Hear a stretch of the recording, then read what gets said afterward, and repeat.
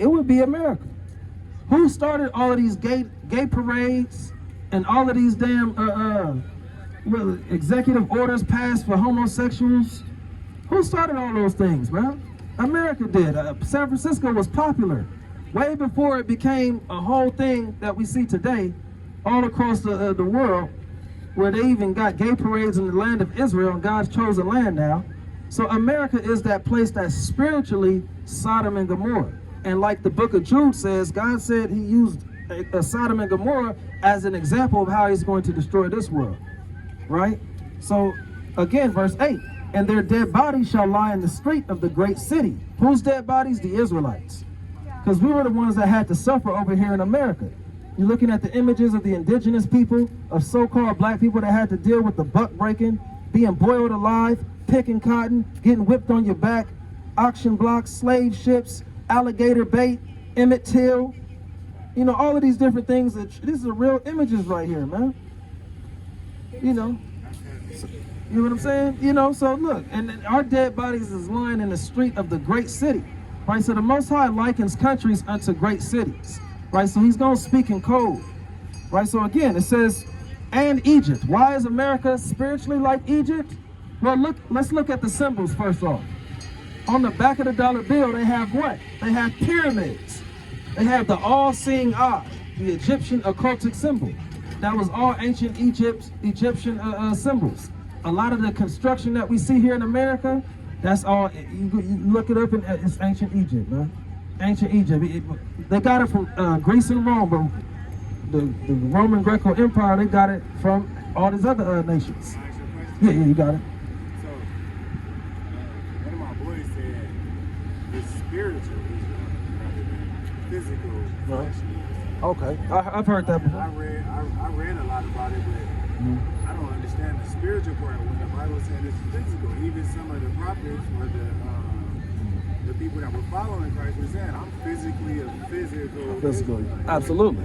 Yeah. So I didn't understand that spiritual. My boy is Jehovah's Witness, and he's the one that's talking about it like, yeah, man, that's over with. It's spiritual. Everybody, like anybody can just wake up in the morning and say, I'm an Israelite. Right. So I was wondering, can you help me understand that piece, and why do they use that as their mechanism to disprove there you go. Yeah, I got you. Said, right. Said, yeah, it's right here in Romans 11:1. This is what Paul's saying, right? Because there was a question at that time, you know. So he says this in Romans 11:1. I say then, hath God cast away his people? That was a question, because people were kind of trying to understand at the time where it's say Peter was an apostle unto the Jews. Paul was an apostle unto the Gentiles. You see what I'm saying? So now, but people got it confused. Well, why is he going to the Gentiles? Why is Peter going to the Jews? First off, we got to understand. I'm going to get to that in a minute, though. Jews and Gentiles, right? But this is Romans 11:1. I say then, hath God cast away his people? God forbid. For I also am an Israelite of the seed of Abraham, of the tribe of Benjamin. Right? So Paul is making it abundantly clear that God didn't cast away his people. And he's talking about his people aforetime. Before there was a such thing as, you know, a spiritual Israelite that they're saying today. Furthermore, we got to get the prophecy of Jeremiah. If we don't get the prophecy of Jeremiah, then God would be a liar. You know, so this is Jeremiah 31 and verse 35. And it says, thus saith the Lord, which giveth the sun for a light by day, and the ordinances of the moon and of the stars for a light by night, which divideth the sea when the waves thereof roar. The Lord of hosts is his name. If those ordinances depart from me, Salaki, I'm going to read it one more time, verse 36. If those ordinances depart from before me, saith the Lord, then the seed of Israel also shall cease from being a nation before me forever. So he made it clear, right? This is Jeremiah chapter 31. When you read that chapter, you'll see that covenant. The Most High made a covenant with the I'm going to read it up a little bit. Jeremiah 31 and verse 31. Behold, the days come, saith the Lord, that I will make a new covenant with the house of Israel and with the house of Judah, not according to the covenant that I made with their fathers in the day that I took them by the hand to bring them out of the land of Egypt, which my covenant they break, although I was an husband unto them, saith the Lord. So the Most High said he's going to make a new covenant with the house of Israel and with Judah. And that's the northern kingdom and southern kingdom All 12 tribes coming back together again. You see what I'm saying? So now he said, not according to the old covenant that I made with them when I took them out of Egypt, right? Verse 32. I just read that. Verse 33. But this shall be the covenant that I will make with the house of Israel after those days, saith the Lord. I will put my law in their inward parts and write it in their hearts, and will be their God, and they shall be my people. And they shall teach no more every man his neighbor, and every man his brother, saying, Know the Lord. For they shall all know me, from the least of them unto the greatest of them, saith the Lord. For I will forgive their iniquity, and I will remember their sin no more. Read this next part one more time. Thus saith the Lord, which giveth the sun for a light by day. Sun is still here, right? And the ordinances of the moon and of the stars for a light by night. Last night, I'm sure you seen the moon, stars at night, right? So it says, which divideth the sea when the waves thereof roar. The Lord of hosts is his name. If those ordinances depart from before me, saith the Lord, then the seed of Israel shall also cease from being a nation before me forever. So if those things are still here, the nation of Israel still exists to this day. You know what I'm saying? So, yeah, so but now the reason why they say that is because they want to include all races of people into being God's chosen people, which they can't do. And Christ makes it abundantly clear too, it's still a difference between the Israelites and the heathen, right? A heathen is a non-Israelite. And in some cases, Israelites were called heathens. You see what I'm saying? So let's get that right quick. Let's see what Christ said in Matthew chapter 18. You know, and that's all about, they want to dispel God having a chosen people, but you can't do that. You know, you can't dispel that, because he said it from the beginning. He chose them to be a special people unto himself above all people upon the face of the earth, right? So this is Matthew chapter 18 and verse 15, where Christ is talking in an instant concerning the civil law, how you dealing with your brother, right? Matthew 18 and 15. Moreover, if thy brother shall trespass against thee, go and tell him his fault between thee and him alone. If he shall hear thee, thou hast gained thy brother. So if you talk to your brother personally about an issue and you guys are able to rectify that issue, okay, y'all cool again. It's verse 16. But if he will not hear thee, then take with thee one or two more, that in the mouth of 2 or 3 witnesses every word may be established. So if he don't hear you, grab 2 more brothers just to show forth y'all not able to come to an agreement or to end the dispute. And then it says verse 17. And if he shall neglect to hear them, tell it unto the church. But if he neglect to hear the church, let him be unto thee as a heathen man and a publican. So Christ said, look, treat him like he's not an Israelite. You know what I'm saying? So why is Christ trying to give a distinction between an Israelite and a heathen person? Exactly. You know what I'm saying? So, and then it's so much more, but I'm gonna get this in Matthew 15, verse 24. Why would Christ say something like this to the Canaanite woman? Matthew 15 and verse 21. Then Jesus went thence and departed into the coast of Tyre and Zidon. And behold, a woman of Canaan came out of the same coast and cried unto him, saying, Have mercy on me, O Lord, thou son of David. My daughter is grievously vexed with the devil. So this woman coming to Christ, she was not an Israelite, she was a Canaanite. She says, my daughter has a spirit on her. Can you have mercy, deliver that spirit from her? Yeah. And then verse 23.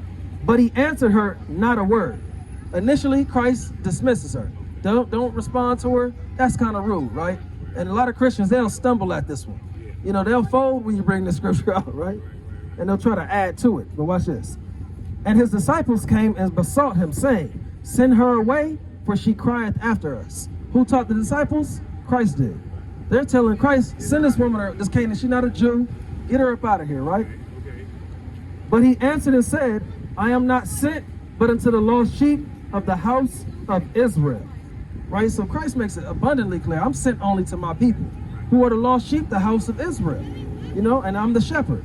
And I'm only sent unto them. Get her out of here. Exactly. Verse 25. Then came she and worshipped him, saying, Lord, help me.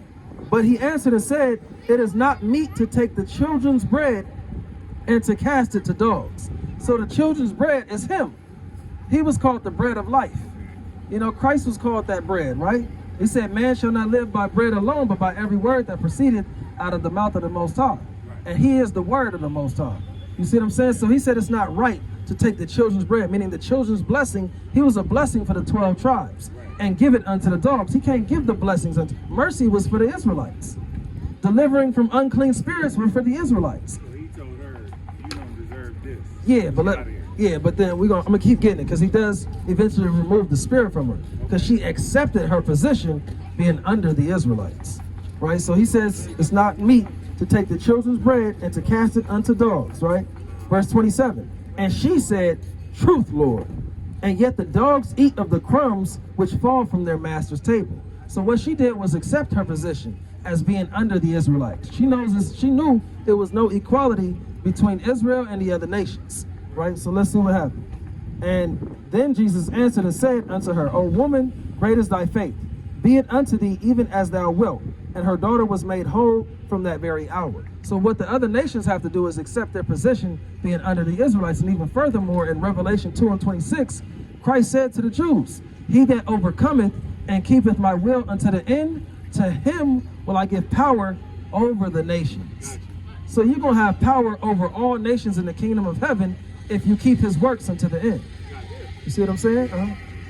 So, yeah. So we'll see that it's a distinction between Israelites and other nations. From Christ's time, before his time, to this time, and even in the kingdom of heaven. It's not going to be them. Yeah, it's not going to be equality. You see what I'm saying? So for them to come with that doctrine, it's really a made-up doctrine. I think they try to go to like Romans chapter 2 to talk and say it's a spiritual Israel, or maybe somewhere in Acts, but nowhere in the Bible does it mention a spiritual Israel. You know, that's a man-made doctrine. Yeah, they want to include all nations into being saved or into being Israel. But we see distinctions between the Israelites and the heathen. Even when Paul was talking in 2 Corinthians 11, right? Let me get that right fast. Yeah, well, 2 Corinthians 11. Let's see what Paul said right fast. Let me get there. 2 Corinthians 11 and verse 22, right? Are they Hebrews? So am I. So Paul was dealing with the Pharisees and the Sadducees and scribes and top people of Israel, debating with him and trying to steal the people out the church from Paul.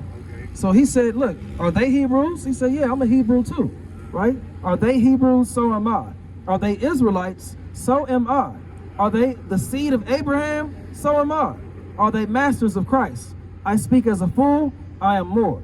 In labors more abundant, in stripes above measure, in prisons more frequent, in deaths often. So Paul was kind of boasting right here of all of his works that he's done in comparison to them, other Jews, right? So he says, of the Jews, 5 times received I 40 stripes, save one. So he said, I've been beaten by my own people for this word that Christ gave us, right? And then he says what? Thrice was I beaten with rods. Once was I stoned. And he survived that first stoning. Thrice I suffered shipwreck. A night and a day I have been in the deep, in journeying often, in perils of waters, in perils of robbers, in perils by my own countrymen, in perils by the heathen, in perils in the city. So Paul is making it clear, look, it's still a heathen races of people, and the Jews, they're their own race. He didn't include all people. You know, Paul never did that. So the Gentiles that Paul was going to, he was going to Israelites that were Hellenized. Israelites that grew up in the Greek traditions and the Greek customs, taking on the Greek identity, as he was going to Israelites in Rome that were under the Hellenization of the Roman Empire. I read that. You see what I'm saying? Yeah. So it's a clear distinction between Israelites and other nations still. Sure. You know what I'm saying? So again, that. Here's my question. Yeah. You said this is going back. No. That Christ took that spirit off of that lady's daughter. Yeah. Does that mean he still will bless them as well? Like he'll give blessings to everybody if they assume their position type? Like cats that are not at all. Israel. Would he still have? I mean, I don't think we can say what he's gonna do. But is that like giving them hope to say, let's do what we gotta do to stay in the pocket or something? Like, you know what I'm trying to say? Yeah. Is that hope for everybody at that point? What I'm saying. Am I asking you hope for everybody? No, I'm just saying, would that be a sample of hope for anybody? That faith that he when he healed her daughter. Yeah. You can say that, yeah. Okay. Because ultimately they're going to be in the kingdom of heaven. All nations will. Okay. But it's going to be a hierarchy. Yeah. Like what we see here in America, it's a hierarchy. Whether you want to say of races, of certain positions, but in the kingdom, it's going to be a hierarchy of nations. Gotcha. You know, so, but this is Matthew chapter 25 and verse 31. When the Son of Man shall come in his glory, and all the angels with him, then shall he sit upon the throne of his glory. And before him shall be gathered all nations, and he shall separate them one from another, as a shepherd divideth his sheep from the goats. And he shall set the sheep on his right hand, but the goats on the left. So what he's going into right here, he said he's going to separate his sheep from the goats. Now, who are the sheep? We read in Matthew 15:24, I am not sent but unto the lost sheep of the house of Israel. Who are the goats? The goats would be the other nations. You see what I'm saying? So it will be a separation of races in the kingdom, right? Christ, this is the words of this red letter. You know, so that's Matthew 25 and 31. So, and then we'll read about like in Daniel chapter 8, where Daniel describes the king of Greece when they coming into power. He called them goats. You know what I'm saying? So, I see that symbolism. Yeah, he said the he-goat waxed mighty, and it took down. That's how the Greeks came into power, by destroying the Medes and the Persians. And he called Alexander the Great the goat. That was the goat. So, you received prophecy to be able to distinguish this stuff, like. Well, I mean, it says it plainly in there, and then furthermore, when you I mean, to match it up to history. Yeah. It's just so you're matching scripture to actual things that happen in history. Absolutely. I mean, even in the Bible, it talks about it. You got the KJV 1611. It has the 15 missing books out of the Bible. Sure. The Apocrypha. So when you deal with the first Maccabees and second Maccabees, it tells you plainly that Alexander's father was ruling first in Greece, and Alexander was the one to conquer. It says that plainly in chapter 1 of first Maccabees, how Alexander the Great was to conquer Darius. Yeah. Oh yeah. And then you have it right. I mean, I have a couple of KJV 1611s. And I know all about it. I know about that. And they got the Maccabees books. We're having a quick discussion. One second. I'm learning from you. One second, I'll get to you. Yeah. Just let me finish what I'm saying. Yeah, I got you. I'm learning something. Yeah. No, I got you. It makes sense. It's kind of, it'll throw me off of what I came to ask you. I specifically wrote here to ask you. So, in order to match everything up with history, you have to understand what the prophecies are. Mm-hmm. How are you given that insight? You yourself. Nothing against you. I like that question. Okay, I got you. I'm gonna go to. It's not challenging you, asking you why or not. Just saying, how did you able to decipher all of that and put it into this? Okay. This is. It is. Yeah. I got you. We're standing in Mexico right now. Right. We are. I live in a lot of different countries. Okay. And I know the history of a lot of different countries. And this one is really troublesome because they took it. This is true. They took it. They not only took it, they ravished the people here to build what we're looking at. So we can all have fun. We can ride bikes. We can do what we want. Yeah. But all those people that died for it, I don't believe that that's fair. And I believe it's going to be. That's why we have all these problems.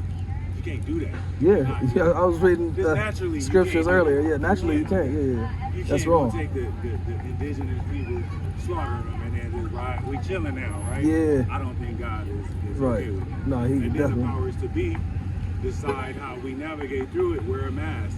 Do this. Do that. I don't listen. Yeah. I don't listen to a lot of stuff. I'm with you on that, I ride King. for my exercise. I shouldn't be riding today, but I'm riding. I'm trying to learn, you know what I mean? Yeah. And you're telling me some good stuff. I just wanted to know, how did you get that insight yourself? Was it through faith and praying and meditation and stuff like that? Yeah. I got two scriptures for you. One second. Let me get this one ready. And I got one ready already. So this is Matthew chapter 13. And this is verse 9. Who hath ears to hear, let him hear. And the disciples came and said unto him, Why speakest thou unto them in parables? So, You know, disciples asking Christ, like, why are you always speaking in parables? We don't understand everything that you're saying. Like, we will just make things plain unto us, right? So this is his answer. He answered and said unto them, because it is given unto you to know the mysteries of the kingdom of heaven, but to them it is not given. So it's not given to everybody to understand the precepts, the history, the present times, the future times, the prophecies, but it was given to them, and specifically to the disciples and to those that were just dismiss that man. Yeah, absolutely. You know, Satan, he was trying to cast away the word, you know, and that's that Mark chapter 4. You know, Satan cometh immediately and talks about that. Right. And this is Isaiah chapter 8 and verse, it says it's Isaiah 8 and 20. To the law and to the testimony, if they speak not according to this word, it is because there is no light in them. So yeah, we do have to observe the commandments. We do have to observe his laws in order to get understanding, like it says right here. 2 more scriptures on that. Psalms. One is Psalms 111, and the other one will be in Sirach 21. Psalms 111 and verse 10. How you get understanding of God's word. Psalms 111 and 10. The fear of the Lord is the beginning of wisdom. A good understanding have all they that do his commandments. His praise endureth forever. So if you do the commandments of the Most High, you'll get that understanding. He'll start to open up certain things unto you little by little. I read, he said, Frank said, I will reveal myself to you, and then I reveal you to the Father. Exactly. I remember reading that in the Bible. So I understood that one too. So that's logical. That's it. Okay, yeah. Thank you for that. And then one more, and ultimately the understanding was given to the Israelites as a nation to receive, you know, what it is, the mysteries of the kingdom or the prophecies, you know, but you do have to line things up with history, and you got to go precept upon precept. Isaiah talks about that. Isaiah 28, you got to go precept upon precept, line upon line, here a little and there a little. You know, so this is Sirach 21 and verse 11. He that keepeth the law of the Lord getteth the understanding thereof, and the perfection of the fear of the Lord is wisdom. So when you meditate on the laws of the Most High God, and you start with the laws, understanding the curses and who we are, and you know, you get into the dietary law, the civil law, the moral law, the ceremonial law. Yeah, you start to discipline yourself, and the Most High starts to reveal everything unto you. Yeah. You need discipline. You can't just be out here doing anything so much you respect the Lord. Exactly. You out here fornicating, doing all what you do. You have no order whatsoever. Yeah. How can you hear anything? Exactly. That's why I wonder that to a lot of my Christian family. They out doing the most. Yeah. They come home like, you know, I went to church. I'm like, what you learn? That do? Yeah. You know what I'm saying? You still you? Yeah. You know what I mean? But how long you gonna be here? I'm out here until I got to be at a General Assembly pretty soon. I'm only gonna be out here for like 30 more minutes. Truthfully, it's 2 o'clock. Yeah, 30 more minutes. That's all I got. Okay. So people didn't realize hypocrisy is actually really dangerous because it's possessing yourself and possessing other people with the spirit of their ancestors. You said what? What was the? It's called hypocrisy, and hypocrisy when you read the scripture, that means scripture means to change from the script. What book, chapter, and verse? What says that? It doesn't say that. That's what it is. Oh, okay. Did you have any more questions, King? No, I'm actually done. I wanted Okay. to hear his question. Go ahead. I appreciate it. Yeah. That's why they say all are one in the body of Christ, because it's all bodies it's everybody of the same spirit. See what I'm saying? Well, okay. Well, I'm gonna get you this right quick. They're possessed by that spirit. I don't know if what you're saying is facts, because this is why I asked you. Do you have a book, chapter, verse? 1 Thessalonians 5 and 21. Prove all things. Hold that fast, which is good. So you have to be able to prove it. That's why I asked you. And like it says in Acts chapter 4 and verse 11, it says, if any man speak, let him speak as the oracles of God.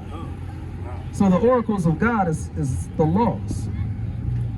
So you have to come out of the Mosaic law to make your point established. On faith. On faith? Okay, so what about faith? My word is absolute. Your word is absolute? Why is your word absolute? Because what is actual in the third dimensional transversal reality. Okay, let's see if your word is absolute. Romans chapter 3. Romans chapter 3 and verse 4. God forbid, yea, let God be true, but every man a liar. As it is written, that thou mightest be justified in thy sayings, and mightest overcome when thou art judged. So, I mean, again, I'm going to keep telling you that you got to prove all things and establish your things out of the Bible. I can hand you a Bible if you want to prove I anything. believe in the good moralities, Uh-huh. but there's a lot of misconceptions to the Bible. People Like don't what? realize it. What's a misconception? Nobody Name died one. to save anybody from their sins. He was killed because he was murdered. So he didn't die for the sins of, I mean, how can you prove that? Because that's what it is. That's just you telling me that. You can't prove that to me though. You need a microphone for it. Against him, How man. can you prove different from what I'm saying? Oh yeah, no, they all Satan is out right now. I dealt with him before. That's why his feelings still hurt, you know. Satan not. Satan lied. Satan not. But I was gonna ask you, what does sin mean? Oh, sin is like I said, 1 John 3 and 4. Sin is the transgression of the law. What's the transgression of the law? Yeah, and I'll get that for you just to show you. Somebody died, the question is, well then did Christ die so that his people know how to obtain the law so they can get back to a bigger purpose, right? Yeah. Okay, so he did die for our sins. Absolutely, yeah. So that we can understand what's going on and have law and order amongst us. Yeah, and I'm gonna And get even that. more, though, I know it's way more than that. Right. Well, I mean, understand what he was saying. we are saved by our faith ultimately, and the thing about the Christians, a lot of them will say that the law is done away with. Right. You know what I'm saying? And that comes from their lack of understanding of the scriptures of Colossians 2 and Galatians 3. What Christ did was come to redeem us from death. Because anytime we did sin, if it was a sin worthy of death, you had to get punished for that. Right. Whether if you committed adultery, man and woman, y'all had to get put to death for that. Yeah. So what Christ did was die upon that cross so that if man does do that, if you do stumble at those things, you have Way back. yeah, you can repent. No, The blood is upon him. No problem, King. I really do. I remember seeing you out here. You was out here a couple times I before. came and I was riding by and I was listening. I said, when I ride my bike, I'm gonna stop so I can hear you. Okay. And do you come out with a lot of other people, or you? Yeah, I usually do. Last week I did come out with other brothers. Yeah. Sometimes you'll see maybe even 15 of us out here. But it makes sense though. It makes a lot of sense actually. So I'll keep looking into it. You guys got YouTube and all that? Yeah, if you want, you got your phone on you, or Yeah. you can take a picture of this of the card, like the little thing right here, and YouTube will pop up. Yeah. Or you probably don't have to take a picture. Okay, there you go. Okay. And right now we suspended. We're supposed to do a class today, but they suspended us for a week, and we're gonna be back on at the end of next week. So, but yeah, we definitely are locked in on there. We already had one channel deleted, so they don't want this truth to get out there. No, it's a fact. Yeah. Hey man, I appreciate you, brother. And you know what? A lot of these other, we out of order, and you must come across some wild stuff down here. Oh yeah. Wild stuff. Keep pushing it, bro. God bless you, man. All praises to the Most High, King. God bless you. You're a king, man. Yeah. Be safe out here. Bro. Right now.